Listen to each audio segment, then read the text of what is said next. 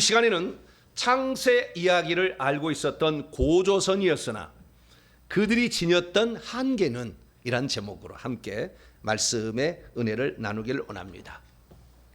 오늘도 거룩한 주일에 주 앞에 나온, 그래서 예배드리러 나온 우리 사랑하는 모든 성도들과 또 온라인 성도들을 주 안에서 기뻐하고 환영하고 또 사랑합니다. 주님 오시는 그날까지 변함없이 주님을 사랑하시고 주님 사랑이 깊이 마음에 자리 잡게 되기를 바랍니다. 주님을 사랑하면 모든 것을 이겨낼 수가 있어요. 제가 저희 집사람을 좋아할 때가 있었는데 서울에서 저 광주까지 차를 타고 4시간 반을 내려가도 하나도 안 피곤해. 그날 갔다 그날 올라가도 하나도 안 피곤해. 지금 하라 하면은 2번 다시 안 할 것 같지만 그때는 했어요. 왜냐하면 사랑하면 엔돌핀이 나온다고 그래요. 뭐가 나와요?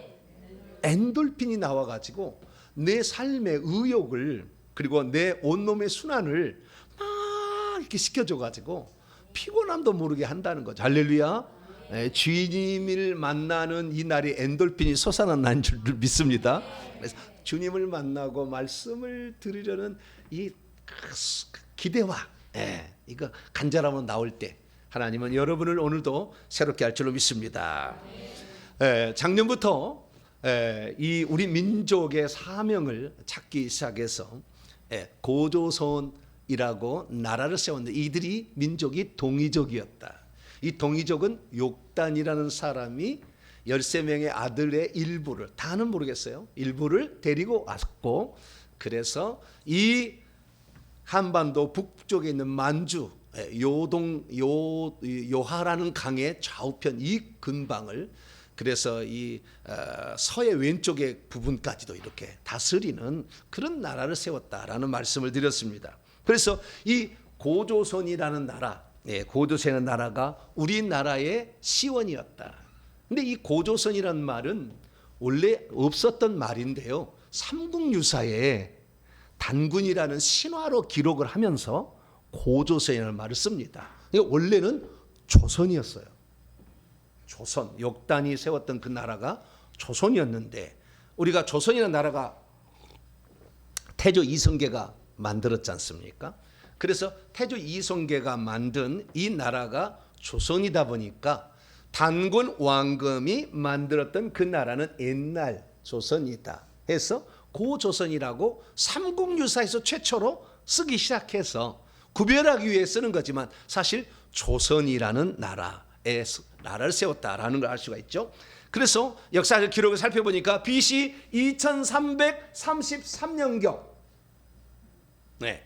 바벨탑 사건이 있고 약 24년이 지난 시점에 동방의 아사달이라는 곳에다가, 오늘날에는 저 만주 쪽에 있는 거예요. 거기에다가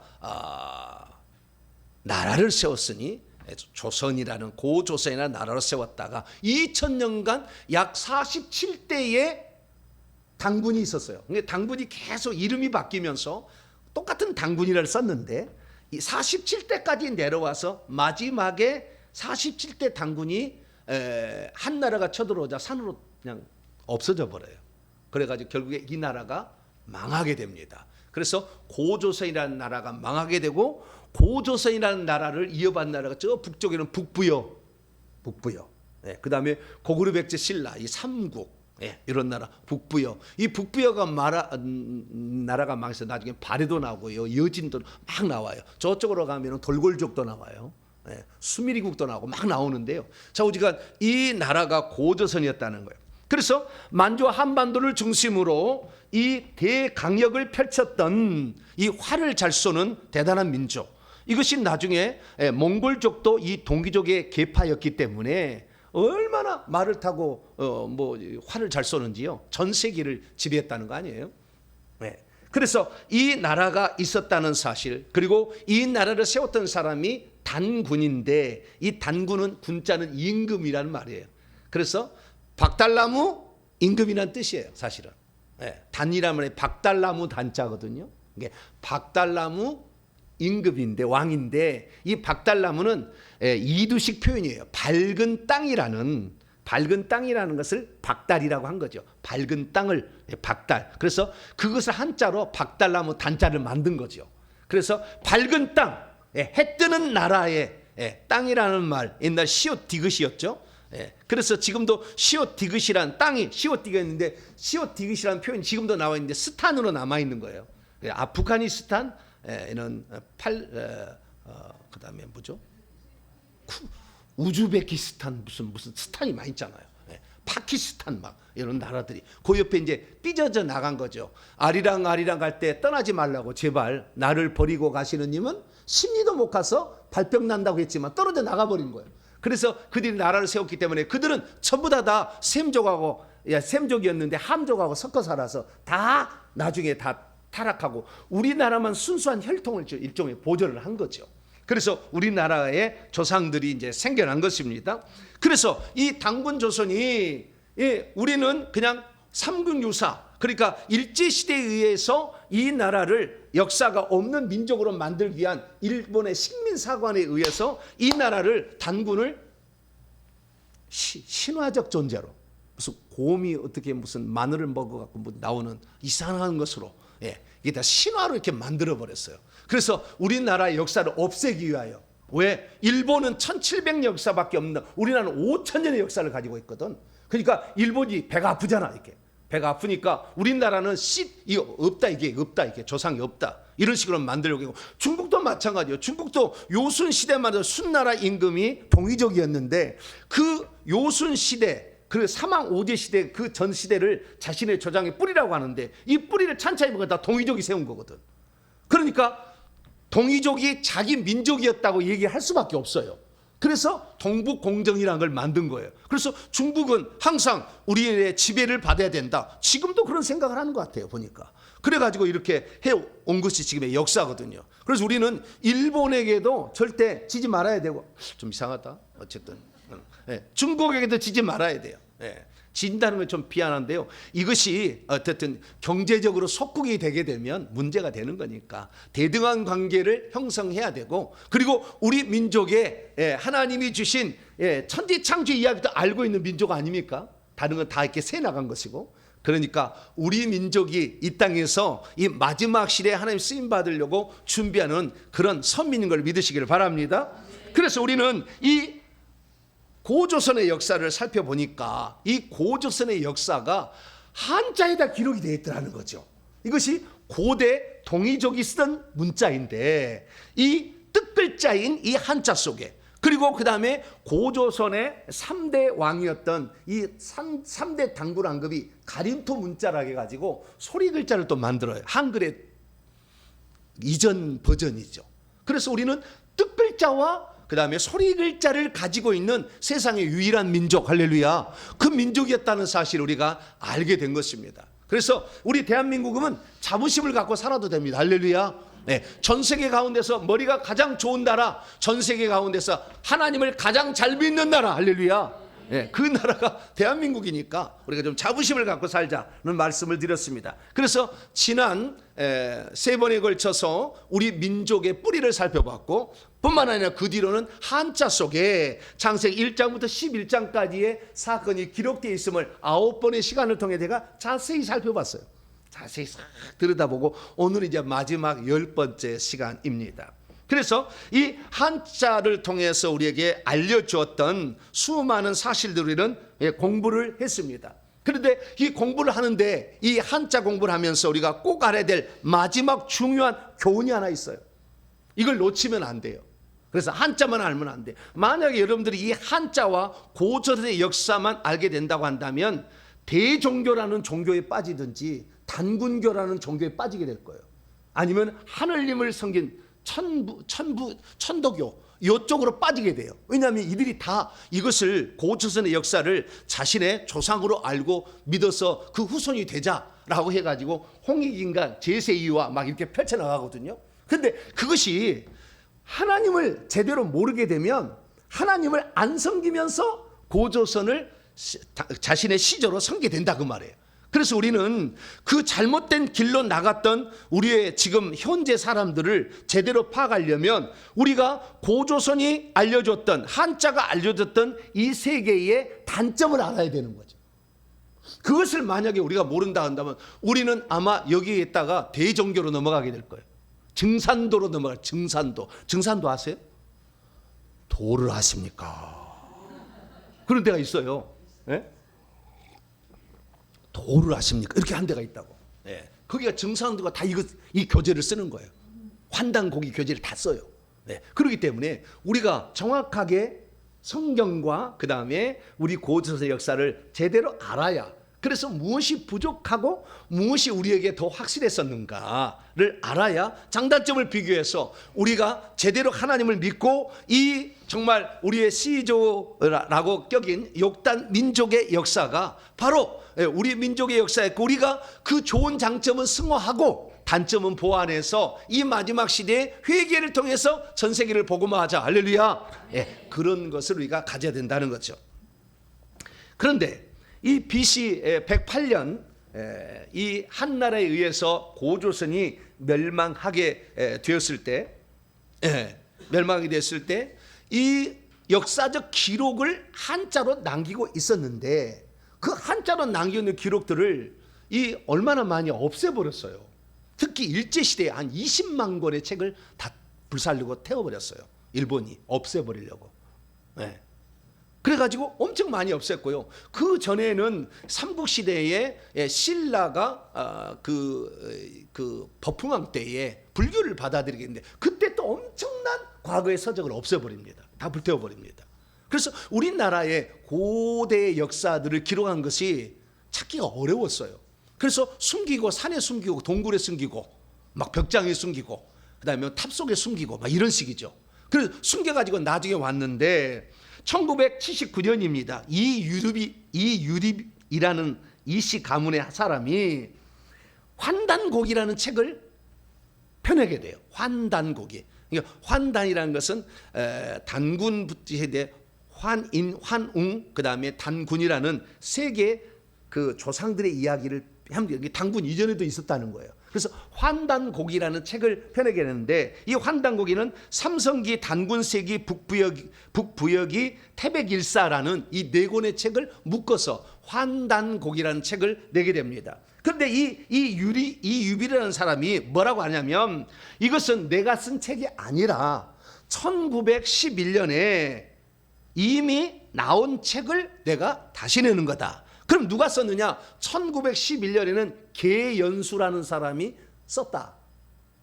그런데 그러면 1911년에 계연수라는 사람이 썼던 책이 우리 고조선의 역사를 기록하는 아주 오래된 책인데 그 책이 남아있느냐? 없어요. 원본이 없어. 근데 1976년에 그것을 보고 자기가 썼다라는 사람이 이유립이라는 사람이 그 책을 내게 되는 거예요. 근데 그 책을 내게 되는데 그 책을 보니까 고조선 때는 절대 쓸 수 없는 단어가 나와. 이게 조선시대에 와서야 비로소 쓰는 언어가 이 환단곡이 책에 가끔씩 등장하는 거예요. 그래서 이것이 위서다, 조작책이다 라는 것이 이제 사람들에게 많이 알려진 거예요. 그러나 모든 것이 그러면 조작할 수 있느냐? 불가능하다고 봅니다. 어느 정도는 많은 부분은 가져왔을 거라고 추정이 되고 거기에서 어떤 없어졌달지 사료가 중간에 사라졌달지 했던 자료들을 거기에다가 추가하면서 현대적 용어를 집어넣어버린 거죠. 그러니까 가짜라고 알려졌지만 제가 이 일대에서 단군세기를 쫙 읽어봤거든요. 단군 1대부터 47대까지 무슨 일이 일어났는지 다 써놓은 거예요. 근데 거기에 써놓은 그 내용을 보게 되면 그런데 이런 책들을 보게 되면 하늘에서 이상한 천체 이상에 대해서 해와 달과 별들이 이상한 거 이런 증상들이 나타났다고 써놓거든요. 날짜로 봐주면 딱 맞아요. 날짜로 보면 맞아. 현대 천문학이 발달하다 보니까. 그래서 이것이 전혀 허무맹랑한 이야기가 아니다고 아주 우리나라의 전 세계적인 천문학의 대가가 그 얘기를 해줘요. 이것은 믿을 만한 이야기입니다 라고 얘기를 해주죠. 그래서 이제 점차적으로 이제 환단고기라는 책이 대한민국에 알려지게 되고 지금 서점에 아마 베스트셀러로 지금 나가고 있는 것으로 알고 있어요. 그래서 환단고기라는 책을 보게 되면 알 수가 있는데, 그렇다고 해서 우리가 그러면 여기에 나와 있는 책을 100% 믿어야 되느냐? 그런 것도 아닌 것도 같아요. 그러나 중요한 게 뭐냐면 이 고조선에 관하여 기록된 것이 환단고기만 기록된 게 아니라 한자 속에 있다. 한자 속에. 이건 믿을 법하다는 거예요. 이것은 여러 대에 걸쳐서 그것이 이 고조선의 옛날에 그 말해서 갑골문자, 금문, 그 다음에 소전, 그 다음에 예서, 그 다음에 한서까지 쭉 이렇게 쭉 나오지 않습니까? 그 역사를 보게 되면 이것은 지어낸 얘기는 아니라는 거예요. 그래서 우리가 고조선의 역사에 대해서 우리가 완전한 부인은 아니지만 그러나 많은 부분이 실제 있었다는 사실 우리는 인정을 하면서 그 다음에 필요한 것은 취하면 되겠다는 거예요. 그런데 문제는 뭐냐면 이 계연수라는 사람이 만들었던 책이 그럼 어떻게 나왔느냐? 자기도 누구한테 가가지고 전수를 받았다는 거예요. 근데 그 책은 현재까지 남아있지는 않아요.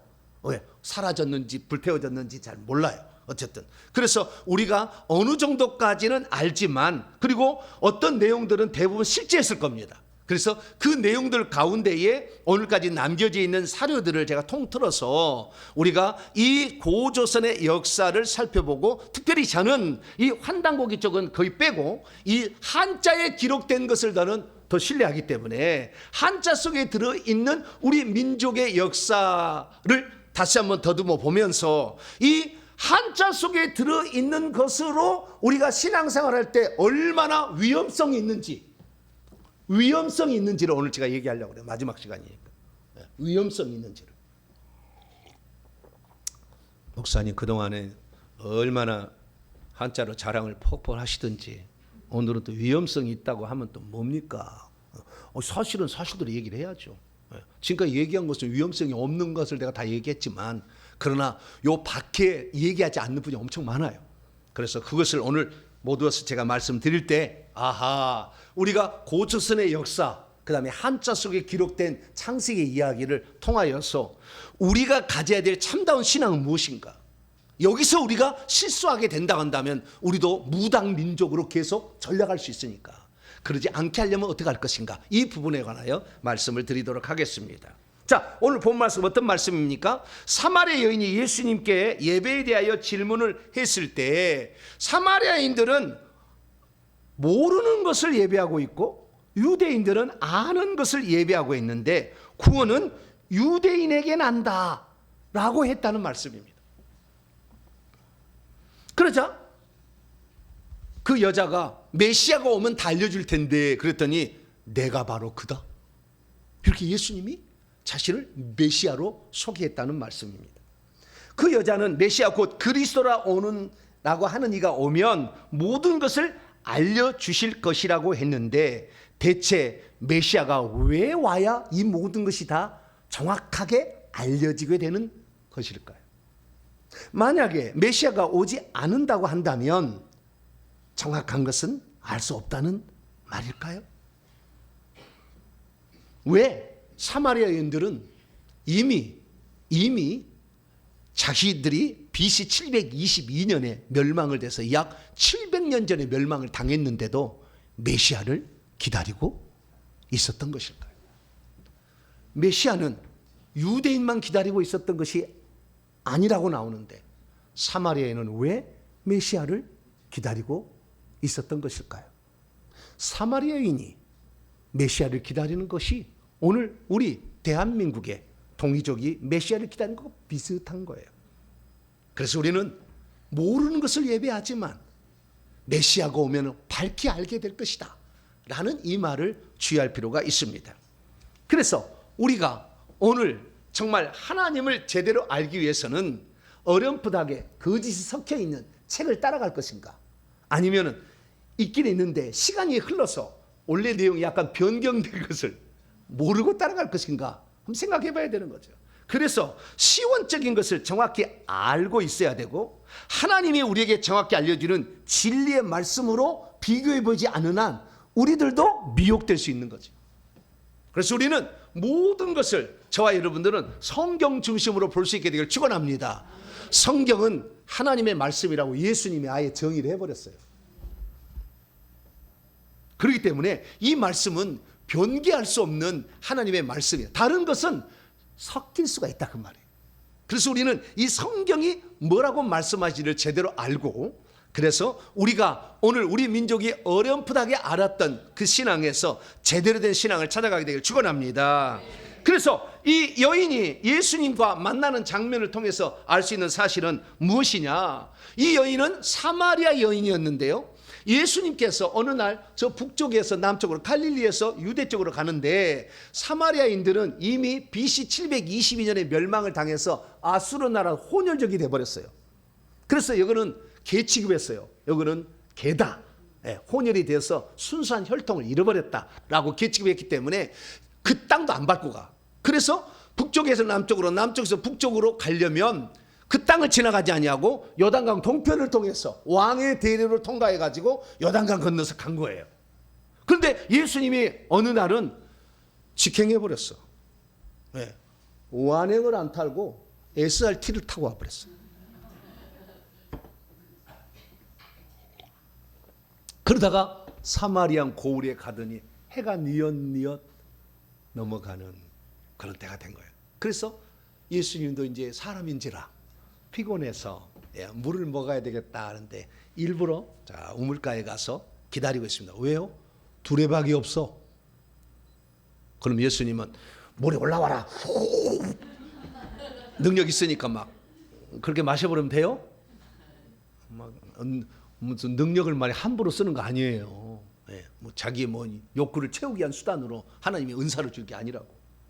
그래서 기다리고 있었어. 두레박을 가지고 오는 여인, 누군가를. 근데 마침 한 여인이 거기에 온 거예요. 그래서 나에게 물 좀 주시오.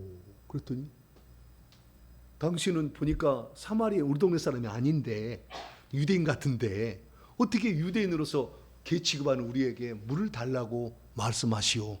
좀 이상하시오. 그렇게 얘기했더니 예수 말합니다. 내가 내게 물 좀 달라니까 누군지 네가 알았더라면 너에게 나에게 당장 물을 줬을 것이다. 뭘 주는데요? 나는 그 속에서 솟아나는 샘물을 줄 수가 있다. 그런 물을 나도 주시오. 그랬더니 먼저 네 남편을 불러오라. 난 남편이 5이 있었으나 지금 있는 남편도 남편이 아닌데. 당신 솔직함? 아니 어떻게 그걸 아시오? 당신 선지자 아니시오? 그렇게 이제 얘기를 하니까 선지자라면 내가 한 가지 질문을 던지겠어. 내가 아주 궁금한 게 하나 있었어요. 이 여자를 창녀로 보지 마세요. 창녀 아닙니다. 요한복음 강의를 들어보세요. 내가 궁금한 게 하나 있는데 하나 좀 얘기 좀 해주시오. 우리 조상들은 이 그리심산에서, 에발산과 그리심 사이 그리심산에서 성전을 지어서 이 몇백 년 동안 여기서 제사를 지냈는데 유대인들 와서 없애버렸어요. 그 성전을. 우리도 여기서 하나님 섬긴다고 했는데, 근데 당신들은 예루살렘에서만 예배를 드려야 하나님 받으시고 그리심산에서 하는 것은 예배를 안 받으신다는데 진짜 맞습니까? 이 예루살렘에 가야 되는 것입니까? 그랬더니 주님께서 말씀하시기를, 당시에 예루살렘 성전 안에 법궤가 있었을까요? 없었을까요? 예수님 말씀하실 때 헤롯 대왕 성전에 스룹바벨 성전을 개축한 거 아니에요? 그때 당시에 법궤가 있었을까요? 없었을까요? 없어요. 남유다가 멸망을 당했을 때 법궤를 찾지 못했습니다. 바벨론을 못 끌어갔어요. 이미 어디다가 옮겨놨어요. 그래서 법궤가 없어요, 사실은. 그러나 하나님께서 거기에 계신다고 사람들이 믿고 찾아왔기에 하나님 인정을 해준 거죠, 사실은. 그래서 예수님 말씀하십니다. 예루살렘에서도 말고 이 산에서도 말고 하나님께 진정 예배할 때가 오는데, 그때는 우리의 몸이 성전이 돼가지고 예수님을 모셔서, 하나님을 모셔서 예배를 드릴 때가 오면 그때 진짜 예배를 드리는 겁니다. 할렐루야. 그렇게 얘기를 합니다. 그러면서 한 가지 들려주는 놀라운 이야기가 있어요. 그것이 바로 요한복음 4장 22절이에요. 너희는, 사마리아 사람들은 알지 못하는 것을 예배하고 있고 우리 유대인들은 안채 있는 것을 예배하고 있다는 거예요. 왜냐하면 구원은 어디서 나온다? 유대인에게서 나온다라고 예수님이 못을 박아서 얘기를 해버렸어요. 자, 구원은 욕단 민족에서 나올까요? 안 나올까요? 절대 안 나와. 왜? 예수님이 그렇게 얘기하셨는데. 네. 욕단 민족에서 나온다고 하는 사람들이 대정교, 뭐 증산도, 뭐 천부교 이런 거 다 만든 거예요. 절대 안 나와. 그래서 우리는 정확한 성경 지식을 알지 못한다고 한다면 얼마든지 단군을 섬기든지 무당을 섬기는 종교로 타락할 수가 있다는 거예요. 그래서 우리는 중심을 바로 잡아야 됩니다. 성경은 뭐라고 했고 예수님 뭐라고 했느냐? 사마리아에 있는 것은 알지 못하는, 예배는 하긴 하지만 알지 못하는 것을 예배하고 있다. 거기에서는 구원자가 나오지 않는다라는 사실을 얘기를 했다는 것이죠. 그래서 믿음이 있어도 하나님의 뜻을 제대로 모르면 구원자가 유대 나라에서 나온다는 것을 잘 모릅니다. 믿음이 있어도 하나님의 뜻을 모르면 구원자가 모든 예배와 삶의 문제의 핵심이 되는데 그가 그리스도라는 사실을 잘 모릅니다. 믿음이 있어도 하나님의 뜻을 모르면 하늘의 제사를 아무리 지낸다 할지라도 구원을 받을 수는 없다는 것입니다. 믿음이 있어도 하나님의 뜻을 모르면 하늘의 제사를 지내면 복을 받을 줄로 알지만 진짜 복은 하나님으로부터 보냄을 받은 주 예수 그리스도를 소유해야 된다는 것을 잘 모르는 것입니다. 믿음이 있어도 하나님의 뜻을 모르면 하나님께서 보내신 하나님의 아들 예수 그리스도에 주의하지 않습니다. 믿음이 있어도 하나님의 뜻을 모르면 하나님께서 보내신 아들이 있어야 그분을 통해서 모든 문제가 해결되는데 그분을 붙잡지 않으므로 귀신을 붙잡아 귀신의 노예가 될 뿐입니다. 믿음이 있어도 하나님의 뜻을 모르면 하늘만 잘 섬기면 구원을 받을 수 있다는 허무맹랑한 교리에 속아 넘어가게 되는 것입니다. 믿음이 있어도 하나님의 뜻을 모르면 하나님의 보내신 자 메시아를 붙잡지 않습니다. 마치 사마리아인처럼. 그러나 사마리아인 가운데 한 여인이 예수님을 붙들죠. 그래서 저와 여러분은 하늘의 제사만 잘 드리면 된다, 이 사상에 빠지지 마시고 우리가 원초적으로 하나님이 보낸 구원자를 만나야 구원을 받을 수 있다는 것을 분명히 아시고 우리의 구원자로서 약속해서 이 땅에 오신 주 예수 그리스도를 꽉 붙들게 되기를 간절히 바랍니다.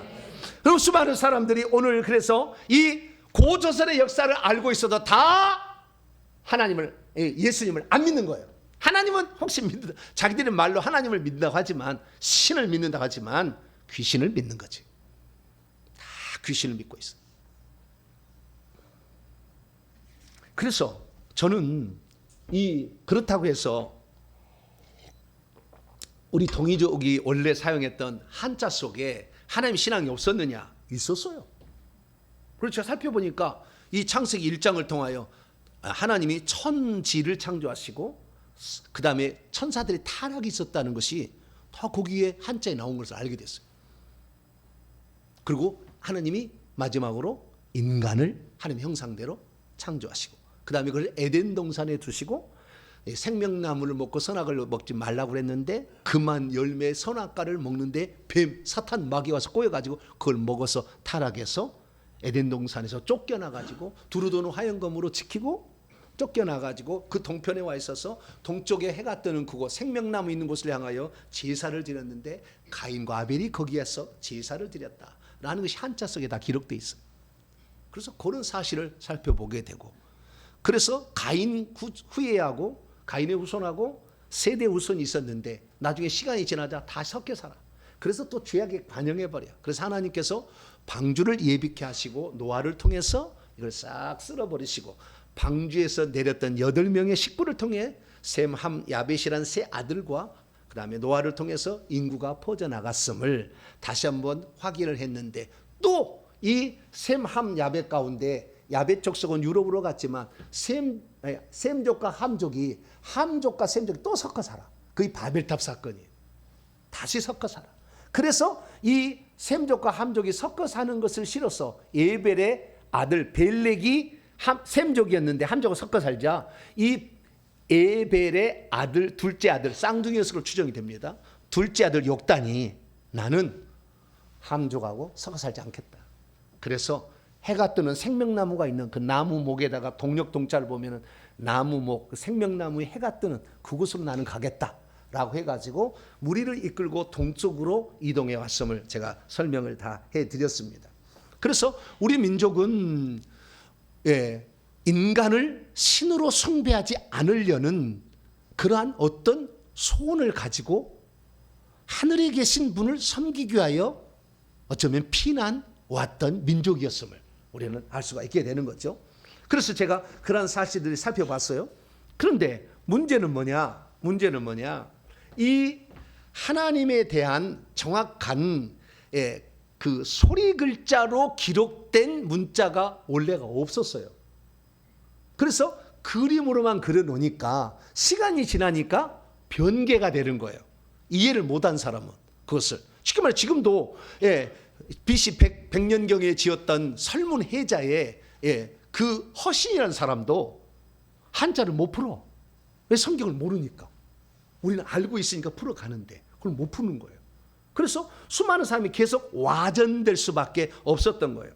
그래서 와전되었지만 우리가 이 고조선의 역사들을 천천히 살펴보면 그들이 지나오면서 아리라는 하나님의 원형을 보존해 왔고 무궁화 꽃을 가지고 와서 삼천리 금수강산에 뿌리고 하늘에 제사를 드린다는 걸 잊어버리지 않기 위해서 고인돌에다가 제천의식을 행했다는 사실을 그동안에 계속해서 살펴봤어요. 그런데 그것뿐만이 아니에요. 제가 이번에 한자를 딱 조사하면서 깜짝 놀란 사실이 하나 있었는데 그것은 뭐냐면 우리나라 사람들이 뽕나무를 옛날에 재배했다는 거예요. 뽕나무를. 그래서 저 중동 지방의 사람들은 이 동쪽에 이 뽕나무를 재배한 여기를 실크가 그 누에가 꼬치가 이렇게 실을 해가지고 비단옷을 만들어가지고 비단장수 오셨네. 이렇게 우리 동쪽에 사는 사람을 비단장수라 그런 거죠. 그래서 이 뽕나무를 많이 심었는데 뽕나무가 얼마나 많았냐면 여러분 상전벽해라는 말이 있어요. 뽕나무 상, 뽕나무가 뽕나무 전 밭전자예요. 뽕나무 상 밭, 뽕나무 밭이 풀을 벽자, 바다 해자, 바다로 변했다. 그래서요 황해가 중국 사람이 볼 때 동해였는데 이 동해가 육지가 3번 연결됐다 있었다는 기록이 남아 있어요. 그래서 이 황해가 뽕나무 밭이었어요. 그 뽕나무 밭이 황해 연결돼 가지고요. 서울에 잠실이라는 데가 있어요. 뽕나무 잠자예요. 그 실자는 방실자예요. 그래서 뽕나무를 재배해서 조선 세종 때에 잠실을 지어요. 세종대왕이. 그래서 우리나라가 비단을 생산하도록 만듭니다. 이게 그래서 그 한강에다가 만든 그 잠실이라는 데 있죠. 잠실. 뭐 높은 무슨 이거 타워가 있는데. 거기가 잠실이. 거기가 뽕나무 밭이 엄청 많이 있어서 잠실이라고 불러요. 그래서 우리 민족은 뽕나무를 아주 중요하게 여겼고, 그래서 뽕나무를 왜 그런 뽕나무를 중요하게 했느냐? 자, 이 뽕나무를 중요하게 여기는 이유가 있는데요. 제가 살펴보니까 깜짝 놀랐어요. 이게 조상이라는 거예요. 사람이 죽으면 어떻게 되는 거예요? 조상한다 그러잖아요. 조상, 문안한다, 문안할 조, 슬퍼한 자를 조고요. 슬퍼할 상, 문안한다는 그런데요.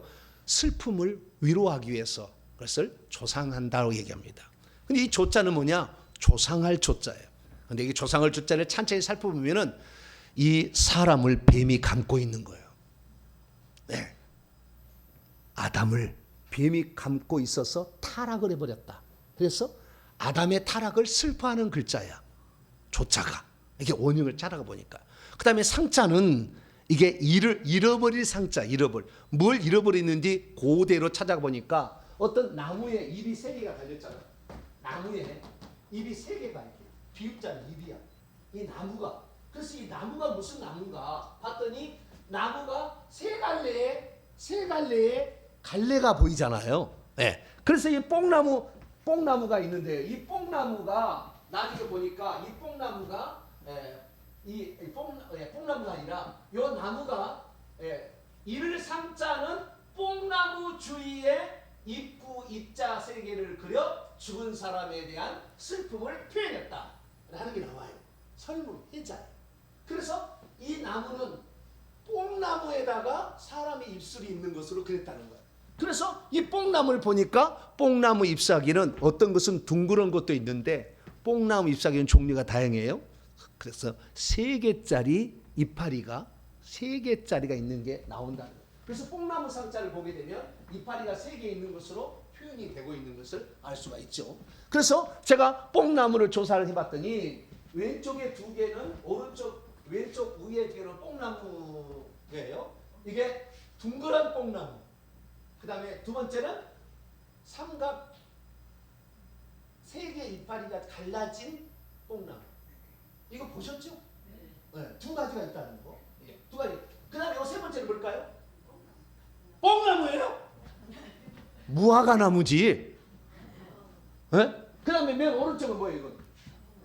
할렐루야. 네. 보는 눈이 있으시네. 정신을 바짝 차리고 봐야지 지금. 네. 다 비슷해요. 뽕나무나 무화과나무나 단풍나무나 비슷비슷한 거예요. 천국에 가가지고 생명나무를 봤더니 이렇게 생겼어. 이렇게 생겼어. 약간 삼각형이 이렇게 꼭 이렇게 생겼어요.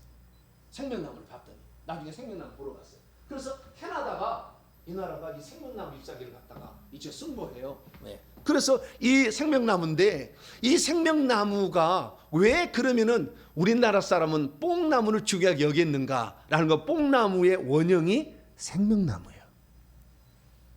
그러니까 우리나라 사람이 왜 뽕나무를 중요하게 했냐면 생명나무를 잃어버리지 않기 위해서 생명나무와 가장 닮은 잎사귀를 가진 뽕나무를 가지고 왔다는 거예요. 가지고 왔던 심었던 자우지가 이걸 중요하게 여겼다는 거예요. 그런데 이스라엘 사람들은 뽕나무를 중요한 게 여긴 게 아니라 무화과 나무를 중요하게 해요. 예, 무화과 나무의 스토리를 나중에 내가 한번 설명해 드리면요, 기가 막힌 이야기가 있어요. 네, 이 무화과 나무 이렇게 안에가 빨갛게 돼. 이 무화과 나무는 꽃이 안으로 피는 거예요. 그래서 꽃이 없다. 없을 무자 꽃 하자를 쓰는 건데, 근데 안에가 꽃이. 근데 이 무화과 나무를 보게 되면요, 시스타나 성당의 천장에 벽화를 그렸는데 뭐라고 그랬느냐? 무화과 나무 잎사귀 삼각형, 요거 무화과 나무 잎사귀를 그려놨어요. 그래서 이 과거에 사람들도 많이 알고 있었던 생명나무 잎사귀가 무화과가 생명나무 잎사귀를 담고 있고 우리나라 사람은 뽕나무를 담고 있다라는 걸 알게 된 거죠. 그래서 이 무화과가 영락없이 생명나무 더 잘 닮았어요. 우리나라는 절반이 왜? 둥그런 뽕나무와 이렇게 세모난 뽕나무가 2가지가 있기 때문에 우리나라는 섞어져 버렸어요. 근데 저 무화과 나무는 절대 둥그런 건 없어요. 생명나무 잎사귀하고 똑같은 거예요. 근데 이스라엘 나라의 나무는 뭐예요? 무화과 나무예요. 근데 무화과 나무는 어떤 나무냐? 분류를 계문과속종이라는 식물의 분류에 따르면 이 장미목과의 뽕나무과의 무화과 속이에요. 근데 무화과도 어떤 나무 일종이에요? 뽕나무 일종이다. 네, 뽕나무 일종이에요. 그래서 이스라엘 나라는 이 생명나무를 잊어버리지 않기 위하여서 무화과 나무를 귀중하게 여긴 거예요. 거기는. 그래서 생명나무는 언젠가 생명나무 열매를 우리는 따먹을 때가 있을 거다. 네, 그 생각하고 우리는 뽕나무를 갖고 왔는데 이 뽕나무를 갖고 와서 우리는 하는 것은 나중에는 뽕나무 갖다가 처음에는 이스라엘 나라는 계속 하는 말씀이 있었으니까 그 사상을 보존할 수 있었는데 우리나라 사람은 뽕나무를 뽕나무를 왜 가지? 애들은 알았지. 근데 몇 대 지나가니까 왜 뽕나무? 모르지. 어디 따먹어야지. 어디? 뭐라고요? 어디만을 따먹으려고 하니까 이건 좀 아니다. 그럼 어디 용도를 쓸모 있을 텐데 해다가 누에. 근데 누에를 한 것도요, 다 이게 뱀이 이 뽕나무를 기어다니는 모습을 안 거예요, 과거 수상들이. 그래서 이 누에가 벌레 충자 벌레 회자로인데 이게 뱀으로 나와요 나중에. 어쨌든 거기 너무 많이 들어가면 여러분 다치니까 하고 이 뽕나무를 가져왔는데 우리는 뽕나무가 생명나무의 잎사귀를 잊어버리지 않게 한 우리 조상의 노력인지를 잊어버려. 나중에는 비단 장수로 바뀌어. 비단이 중요한 거야, 비단이. 예. 비단 만드는 게 중요하지 뽕나무는 하나도 중요하지 않는 거예요. 뽕나무 잎사귀가 동그랗든지 세모났든지 아무 상관이 없는 거예요. 왜? 누에만 잘 키워서 비단 장수로 돈 벌면 되는 거거든. 그래서 우리 민족도 하나님 신앙을 보존하기 위한 기본적인 바탕이 되어 있었는데 정확한 성경 지식이 없다 보니까 삐뚤어질 수밖에 없었다라는 사실을 알 수가 있게 되는 것이죠. 그러면 왜 우리 민족은 하나님을 단군 시대에 잃어버려 가지고 결국에 무당신을 섬기는 5,000년의 무당신을 섬기는 민족으로 전락할 수밖에 없었는가? 단 한 가지 이유 때문에 그러는 거예요. 단 한 가지 이유는 욕단 민족이 우리에게서 나와서 동쪽으로 이동했잖아요. 그런데 이 벨렉 족속, 에벨의 첫째 아들은 벨렉 족속이 있었는데 벨렉 족속의 5대 손이 아브라함이에요. 근데 이게 아브라함 때부터 하나님은 역사를 새로 시작해요. 그 전에 너무 타락했어. 유이 때가 너무 타락했어. 그래서 하나님 갈대우리에서 불러내가지고 새로운 역사를 이루는 거예요. 그러면서 말하기를 이 아브라함 때부터 뭘 말했냐면 이스라엘의 역사는 오직 한 가지 역사예요. 그것은 구원자를 보내준다. 메시아 사상이에요. 이스라엘은 이것 때문에 존재할 수밖에 없었고 이것 때문에 망해도 하나님이 살려줘요. 메시아를 낳아야 돼요. 예, 메시아를 통해서 인류를 구원한다. 이것이 벨렉 족속의 큰 줄기예요.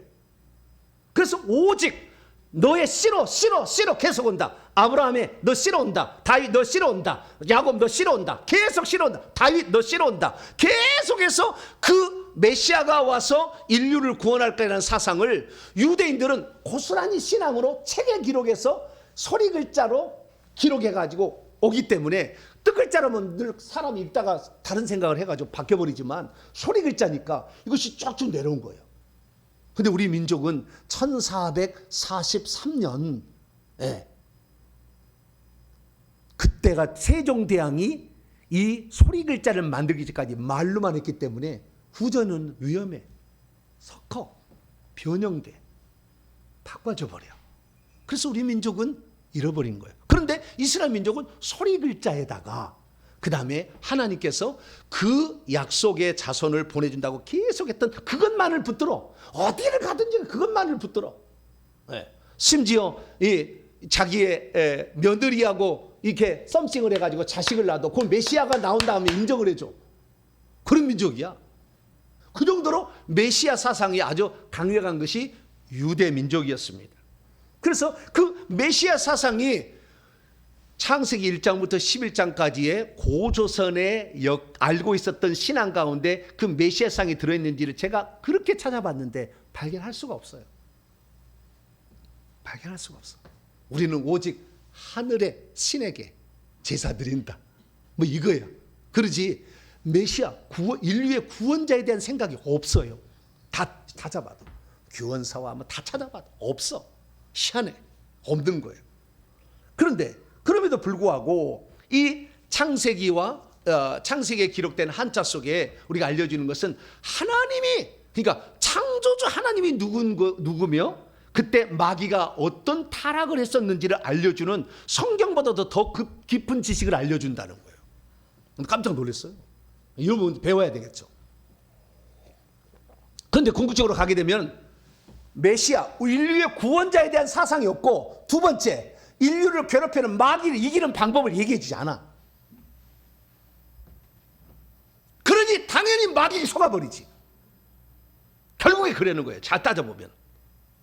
중국 사람들은요, 그 하나님을 어떻게 했냐면은 이 창세기와 중국 문자라는 CH 강이 쓴 최초의 버전이에요. 이게 최초의 버전인데 이걸 번역을 한 거예요.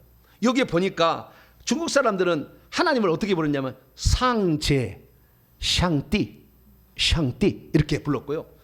네. 샹제라고 불렀고 그 다음에 천 이렇게 뭐 발음이 천 뭐 이렇게 발음이 그쪽은 좀 이상합니다. 뭐 북경은 밑에 양쪽은 다 달라요.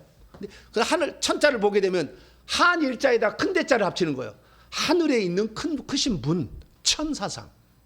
그 다음에 신 하늘에서 땅에서 내려왔는데 펼쳤다. 뚫을 권자 거듭신, 펼쳤다라는 의미로서 신, 그런 사상을 갖고 있어요. 이 C.H. 강이라는 최초로 중국 사람이 한자 속에 배선을자를 보고서 8명의 식구가 배에 탔다는 사실을 깜짝 놀라서 성경이 한자 속에도 있구나는 걸 알게 됐어요. 근데 이 사람이 이 40페이지에 고대로부터 내려오는 그 신앙을 번역을 하는 게 있어요. 그걸 잠깐 보세요.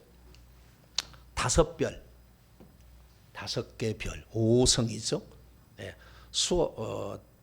태양하고 달을 빼고 수성, 금성 막 이렇게 해서 5별이 있는데 5별이 운행하기도 전에 해와 달이 형체가 아직 없었어요. 넷째 달이 생기죠. 넷째 달이 생기죠. 별도 넷째 달이 생기죠. 소리도 없고 빛을 발하기도 전에 이 땅에 공허와 흑암만이 있었다. 그 기록이나 고대 기록에 나와요. 아주 먼 옛날 이 땅이 창조되기도 전에 찬란한 영광만이 빛나는 하늘에 대전쟁이 있었다. 사탄의 타락을 얘기를 해줘요. 우주의 통치자 신황 하늘의 황제께서 왕으로 군림하셔서 처음으로 선한 것과 악한 것을 분리시켰도다. 그래서 이 땅에 흑암이 온 거예요. 악한 것을 분리시켜가지고. 그분께서 하늘을 펴시고 땅을 여시고 땅을 펴시고 그분께서 인간을 지으셨도다. 하늘을 지우고 땅을 지우고 인간을 지었다. 그 에덴 동산의 생명나무로 가는 거지 않습니까? 그분의 창조하시는 능력을 인하여 천지와 모든 만물이 지음을 입었다. 그래서 창조주 하나님에 관하여는 너무나 잘 얘기를 하고 있고 사탄의 타락 과정에서도 너무나 잘 얘기를 해주고 있음을 보게 됩니다. 그래서 특별히 이 땅에 하나님이 땅을 지을 때 이미 거기에 악한 영들이 있었음을 땅 지자를 통해서 살펴봤어요.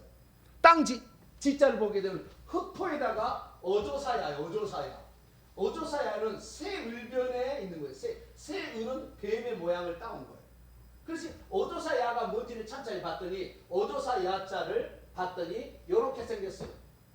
이렇게 생겼어. 우측에 보시면 땅 옆에 요강도 아닌 것 같고 뭔가 대가리에 뭐가 2개가 있는 것 같고 동그란 게 뭐가 있고 꼬리가 있잖아요. 여기 이렇게 있잖아요.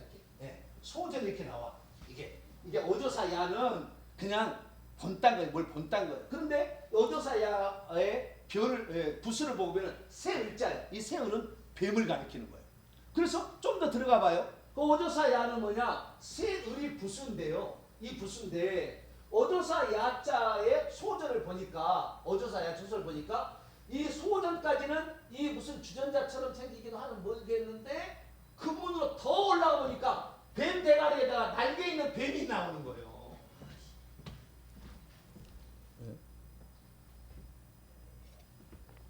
그래서 천지 창조 때 지구를 지을 때 이미 날아다니는 뱀이 있었다는 거예요. 그래서 이 날아다니는 뱀사자가 이렇게 생겼는데요. 여기 보면 뱀을 가리킨다. 저 모양은 뭐래요? 설명을 해줘. 어조사야는 뭘 가리킨다? 뱀을 벌레충이요. 이 벌레충이 뱀을 가리키는 거예요. 이것이 바로 누에꽃으로 형상화돼서 우리나라는 누이를 기른 거예요. 뱀을 말한다. 축으로 구성되어 있었는데 이를 길게 느린 모습이다. 몸통은 굽었고 꼬리는 늘어진 모습을 그렸다. 그래서 이 뱀을 가리킨다는 사실을 알 수가 있어요. 그래서 이 뱀을 가리키는 어조사를 보게 되면 완전 뱀이야. 가운데 봐봐요. 완전 뱀들이야. 뱀들. 여기 뱀 대가리도 나오잖아. 뱀 대가리까지 다 나와. 그래서 옛날 글자로 들어가면 들어갈수록 그래서 지구를 창조할 때 이미 타락한 천사가 날개 달린 천사가 있었다는 사실을 파충류 모양의 뱀 모양의 이런 게 있었다는 사실을 한자는 우리에게 들려주고 있는 거죠. 그래서 우리는 이 성경 아닌 다른 기록을 통하여 특히 한자를 통하여 창세기 1장 2절에 흑암과 공허가 있었던 이유를 설명해 줄 수가 있어요. 엄청난 거예요. 이런 자료들은. 이런 것을 배울 수가 있죠. 뿐만 아니라 이렇게 해서 결국에 이 뱀에 의해서 인간이 속아가지고 선악과 악을 2인자가 1인자가 된 게 악이라고 했잖아요. 제가 설명했잖아요. 그래서 결국에 죄를 짓고 말아요. 하나님처럼 되고자 인간도 왜? 네 눈이 밝아 하나님처럼 된다니까 또 속아. 그래 그래가지고 죄를 짓고 말아. 그래서 하나님은 그 죄를 지은 상태에서 생명나무 열매를 따먹어서 영생하면 큰일 나니까 쫓아버려. 왜? 그러면 사탄 마귀하고 똑같이 영혼이 불못에 들어가야 되잖아요.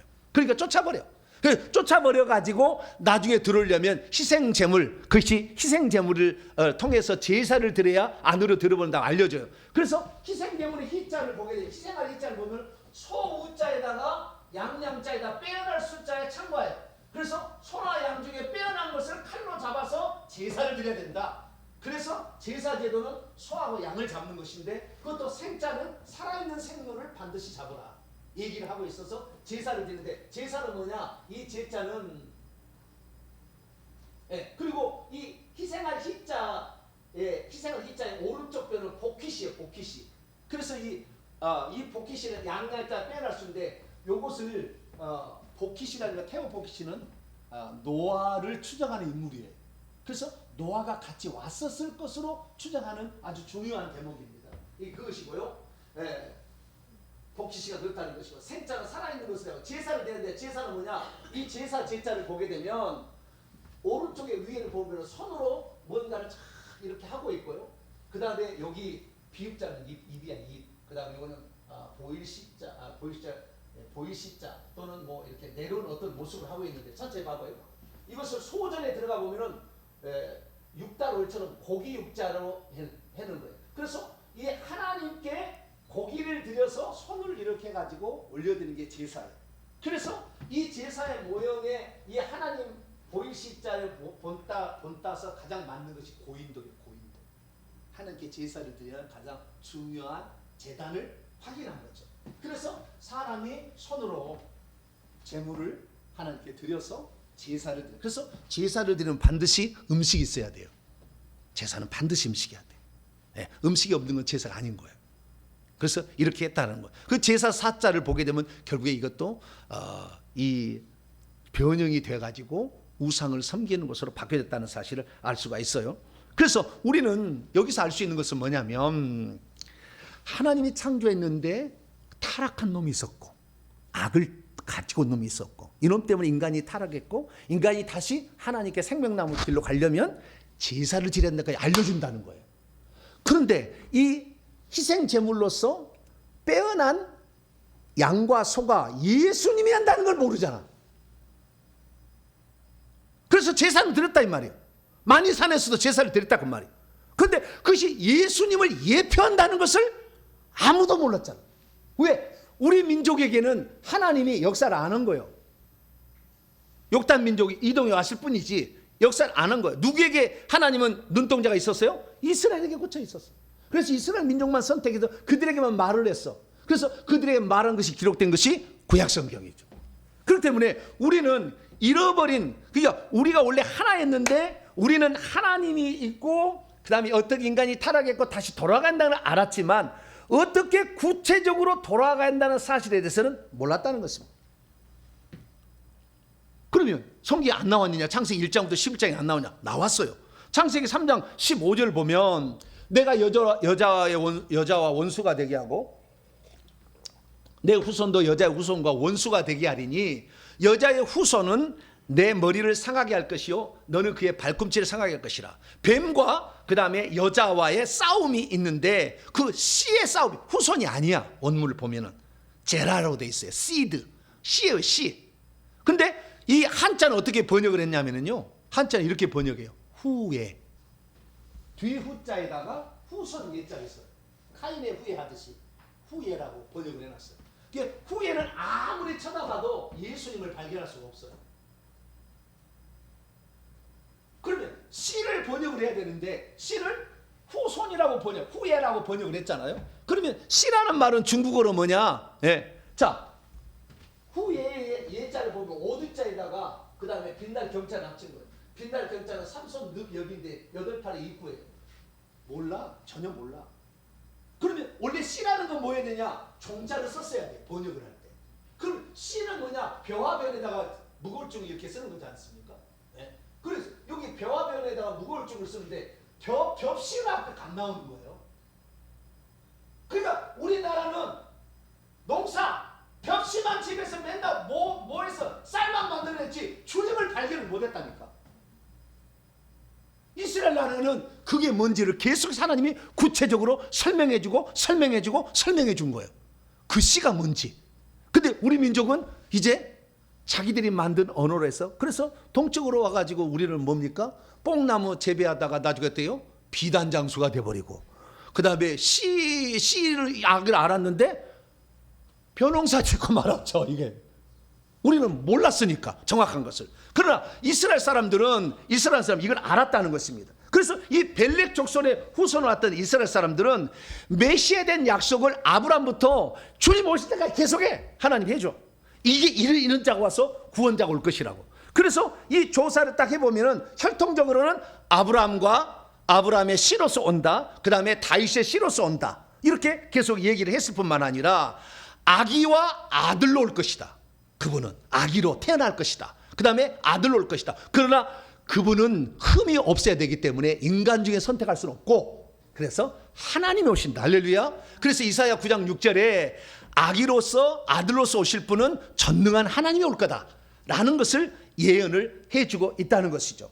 그래서 이 하나님과 사람 사이에 결국에 다시 하나님 생명나무로 들어가게 만드는 희생 제물은 예수님을 예표한 거였는데, 그것을 이스라엘 민족은 벨렉전 계속 얘기를 해줬는데 우리는 잊어버려가지고 뽕나무 재배하는 사람, 벼농사 짓는 사람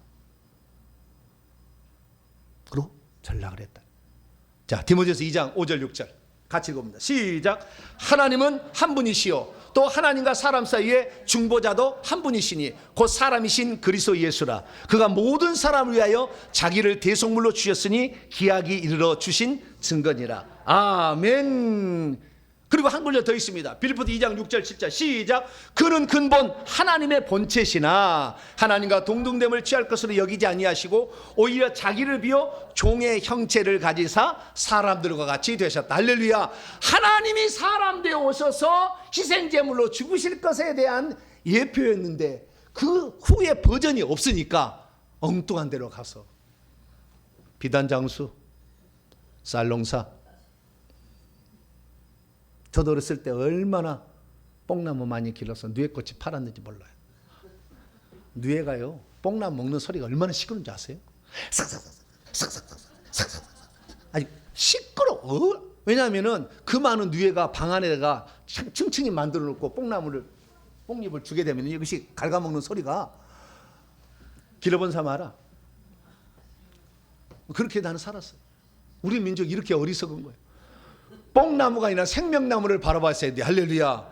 벼가 아니라 씨이신 예수님을, 이 메시아를 붙들었어야 되는데 이걸 못 붙든 거예요. 그러면 이걸 못 붙게 했던 결정적 요인은 뭐냐? 단군이 뭐라고 했냐면은 하나님과 땅 사이에 내가 중보자가 되어버렸어요. 단군이. 하나님과 나 사이에 예수님이 중보자인데 단군, 내가 중보자다. 내가 하늘에서 내려왔다. 단군이 그렇게 얘기한 거예요. 그렇게 얘기하는데 이 단군이 얘기하는데 자기 실력이 있어요 없어요? 없으니까 귀신의 능력을 힘입어서 무당 노릇을 한 거예요. 그래서 무당과 족장의 두 가지 일을 다 한 거예요. 그러니 이 나라는 5,000년의 무당 민족이 되어버리고 만 거죠. 이제는 그래서 우리는 회복해야 됩니다. 뭡니까? 이 땅에 아들로 오셨으나 하나님이셨던 그분, 다윗의 혈통에 나셨으나 원래는 하나님의 아들이셨던 주 예수 그리스도. 할렐루야. 그래서 이스라엘 사람으로서 그분이 오셨으나 그분은 만물 위에 계신 찬양받으실 하나님. 할렐루야. 이분을 우리가 붙들어야 돼. 만약에 이걸 놓쳐버린다 한다면 대종교가 될 수밖에 없어. 내 얘기 듣다가 우리는 대종교가 될 게 아니라 주 예수 그리스도를 믿는 기독교가 돼야 됩니다. 할렐루야. 이것이 핵심이에요. 이것이. 예수님을 놓쳐버리면 벨렉 자손이 없어서 우리는 진즉 다 망했을 거예요. 계속 무당 섬겼을 거예요. 우리는 이스라엘 민족이 감사해야 돼. 왜? 그들을 통해서 예수님을 알게 됐고, 예수님을 통해서만 죄 용서를 받게 되고, 예수님을 통해서만 성령을 통해 생명나무가 된 생명을 얻어서 천국에 들어가니까. 그래서 우리는 비록 욕당 민족으로 태어나서 창조자님을 다 타락의 과정을 알았지만 돌아갈 방법을 몰랐잖아 제대로. 그것은 주 예수 그리스도를 통해서 생명나무를 얻는 것이고 주 예수 그리스도를 통해서 사탄 마귀를 물리치는 거예요. 이렇게 해서 가는 것이니까 일평생에 주 예수 그리스도를 중심으로 보시기를 바랍니다. 마지막 성경 한 구절입니다. 같이 읽습니다. 시작. 너희가 성경에서 영생을 얻는 줄 생각하고 성경을 연구하거니와 이 성경이 곧 내게 대하여 증언하는 것이니. 할렐루야. 성경에서 예수님을 발견하지 못하면 헛것이요. 그걸 말라고 벨렉족속을 선택했는데, 근데 맨날 이 얘기 갖고 이것 갖다가 다른 데 쓰는 사람이 얼마나 많은데, 성경을. 저는 그래서 오직 성경은 예수님만 찾기 위한 도구다. 할렐루야. 저는 그렇게 믿고 지금까지 설교를 해왔어요. 그래서 여러분들은 주 예수 그리스도만 믿어서 반드시 생명나무 있는 그곳에, 죄사함 받고 생명나무 있는 그곳에 가서 영생을 누리는 복된 성도가 되기를 축원합니다. 거룩하신 하나님 감사합니다. 우리 민족은 창조의 하나님은 알았지만 구원의 하나님이 누군지는 몰랐습니다. 구원의 하나님은 벨렉 족속을 통해 알려줬으니 우리가 주 예수 그리스도를 믿어서 이제 돌아가게 되었습니다. 열심히 회개하여 우상을 섬기고 무당을 섬겼던 우리 민족이 예수님을 통해서 하나님만 섬기고 천국에 들어가는 우리 모두가 되게 주시옵소서. 우리 주 예수 그리스도의 이름으로 기도하옵나이다. 아멘.